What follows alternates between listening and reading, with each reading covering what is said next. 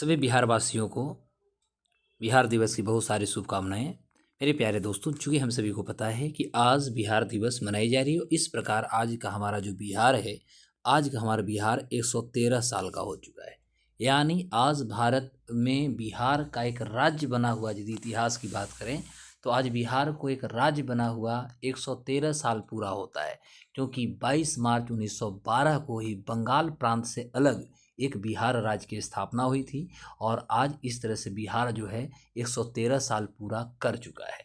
चूँकि ये भी हमें मालूम होनी चाहिए कि 22 मार्च 1912 को जो बिहार हमारी राज्य बनी थी, तो इस दिन जब बंगाल से अलग बनाई गई थी, तो हम सभी को ये पता होनी चाहिए कि उस समय बताया गया था कि बिहार के साथ हमारा उड़ीसा भी रहेगा। लेकिन अंतिम रूप से गवर्नमेंट ऑफ इंडिया एक्ट यानी 1935 अधिनियम देखते हैं, तो 1935 के अधिनियम के माध्यम से 1936 में उड़ीसा जो था बिहार से अलग होता है। इस प्रकार हम एक कह सकते हैं कि बिहार एक पूर्ण रूप से राज्यों की यदि बात करें तो पूर्ण राज्य बिहार जो था वो 1936 से बना। और अंतिम रूप से आपने देखा कि 15 नवंबर 2000 ईस्वी को बिहार से अलग झारखंड भी होती है। और अब हमारा तत्काल या वर्तमान की जो हमारा बिहार है, ये आप मानचित्र देख रहे हैं, ये हमारा बिहार है। और आज सबसे इम्पोर्टेंट बात ये है, जल ही जीवन है, हम लोगों ने बचपन से सुनते आ रहे हैं। लाइफ जो है हमारा वाटर है, वाटर इज लाइफ। और आज हम अंतर्राष्ट्रीय स्तर पर जो है विश्व जल दिवस भी मनाया जाए मेरे दोस्तों। तो आज विश्व जल दिवस भी है, और विश्व जल दिवस के माध्यम से आज हम देश के, दुनिया के सभी नागरिकों को जल का क्या महत्व होता है, इस महत्वों को लेकर के जागरूक भी करते हैं। तो आज हमारे सामने दो दो टॉपिक है, इसलिए विश्व जल दिवस के साथ साथ बिहार दिवस की शुभकामनाएं और अनंत ढेर सारी आप सभी को बधाई। तो आज हम बात दो टॉपिक पर करने वाले, इसमें एक बिहार दिवस हमारी होगा और एक विश्व जल दिवस भी होगा। क्योंकि जब हम बिहार की बात कर रहे हैं तो बिहार दिवस के अवसर, आखिर बिहार दिवस क्यों मनाया जाता है, सबसे पहले प्रश्न होता है कि आखिर बिहार दिवस क्यों मनाया जाता है ना। तो देखिए, बिहार दिवस मनाने के पीछे सबसे बड़ी ये कारण है कि पूरे बिहार राज्य में आप देखिएगा तो पिछले दिन से अब लगभग एक सप्ताह तक बहुत सारे सांस्कृतिक कार्यक्रम होंगे, मेला लगाए जाएंगे, उत्सव आयोजित किए जाएंगे। और ये सभी करने के पीछे एकमात्र रीजन ये है कि बिहार के जो लोग हैं उनको इसके विशेष महत्वों को बताया जाता है। चूँकि हमारा बिहार जो है एक अंतर्राष्ट्रीय स्तर पर प्राचीन समय से शिक्षा का केंद्र रहा है। हमारा प्राचीन स्तर पर देखिएगा तो बिहार हमारा खगोल विज्ञान के केंद्र रहा है। विश्व के पहला जो हमारा गणतंत्र था वो वैशाली यानी बिहार में रहा।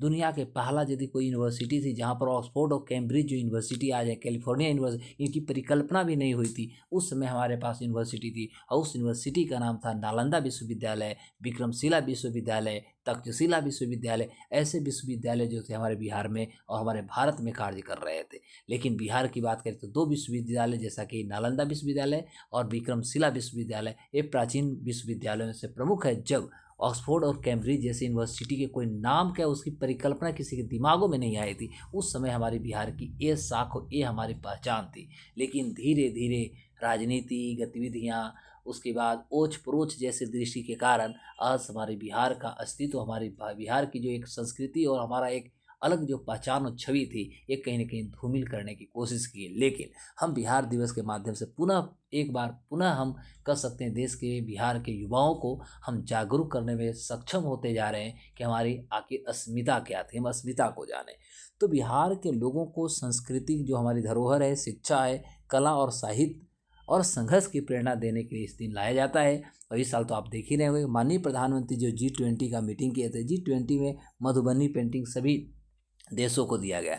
इस साल आपने देखा होगा कि भारत के वित्त मंत्री जो बजट पेश किए वो मधुबनी ही के साड़ी उन्होंने पहना था, भागलपुरी सिल्क साड़ी पहना था। उसके बाद भारत के राष्ट्रपति को भी आपने देखा कि 26 जनवरी को उन्होंने ये बिहार का ही जो साड़ी थी वो साड़ी को उन्होंने यूटिलाइज़ किया, मधुबनी वाला।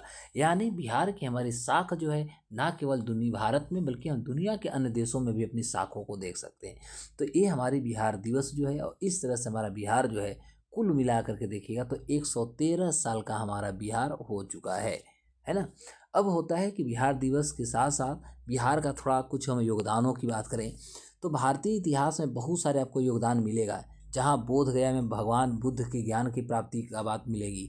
नालंदा विश्वविद्यालय और प्राचीन काल में ज्ञान केंद्र इसको माना जाता था। इसके अलावा बिहार के चंद्रगुप्त मौर्य, अशोक सम्राट, ये सभी जो थे इनका प्रमुखता से नाम ली जाती है। यही हमारा बिहार यानी पटना जो मगध की राजधानी थी और यहाँ से हम विश्व को चलाते थे। अफगानिस्तान जो आज वर्तमान में आपको दिख रहा है ये सभी पटना से ही कंट्रोल हुआ करता था।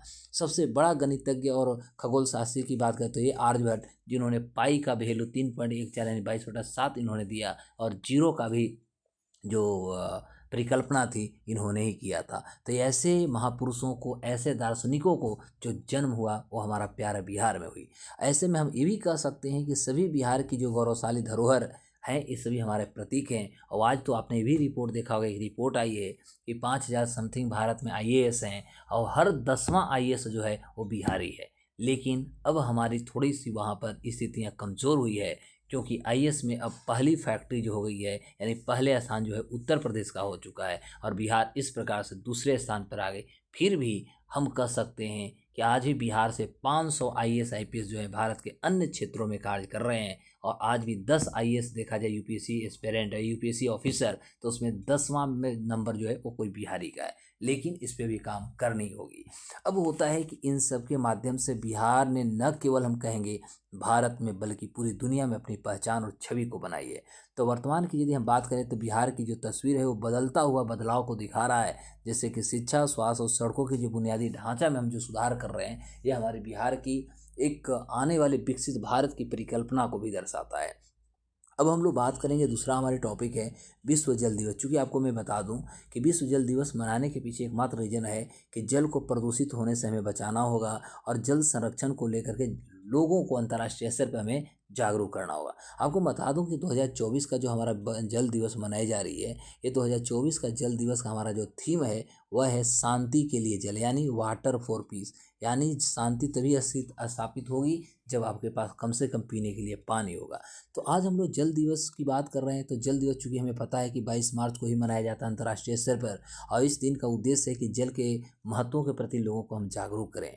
यह दिन जो होता है जल संकट के प्रभावों के बारे में भी हमें जागरूक करना होता है कि यदि हम जल का संरक्षण नहीं करेंगे तो आने वाले भविष्य, आने वाली पीढ़ी हमारे कितनी सारी समस्याओं से जूझ सकती है।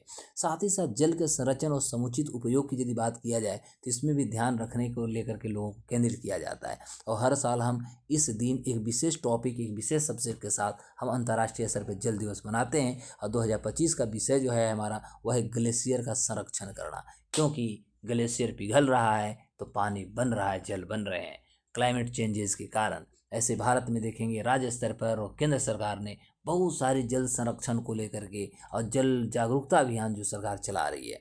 जल संकट आज वैश्विक स्तर पर हम सभी को पता है कि गंभीर समस्या बनते जा चुका है और स्वच्छ जल की उपलब्धता दिनों दिन आप देखिएगा तो घटते भी जा रहा है।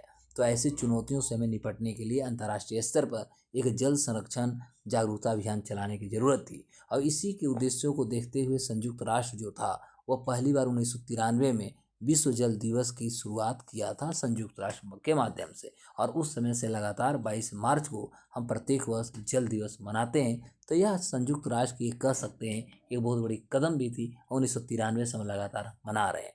तो आप सभी को एक बार पुनः अंतर्राष्ट्रीय जल दिवस तथा बिहार दिवस की बहुत बहुत ढेर सारी शुभकामनाएं। स्वच्छ रहिए, हंसते रहिए, मुस्कुराते रहिए और एकदम जोली मूड में आगे बढ़ते रहिए। नमस्कार, जय हिंद।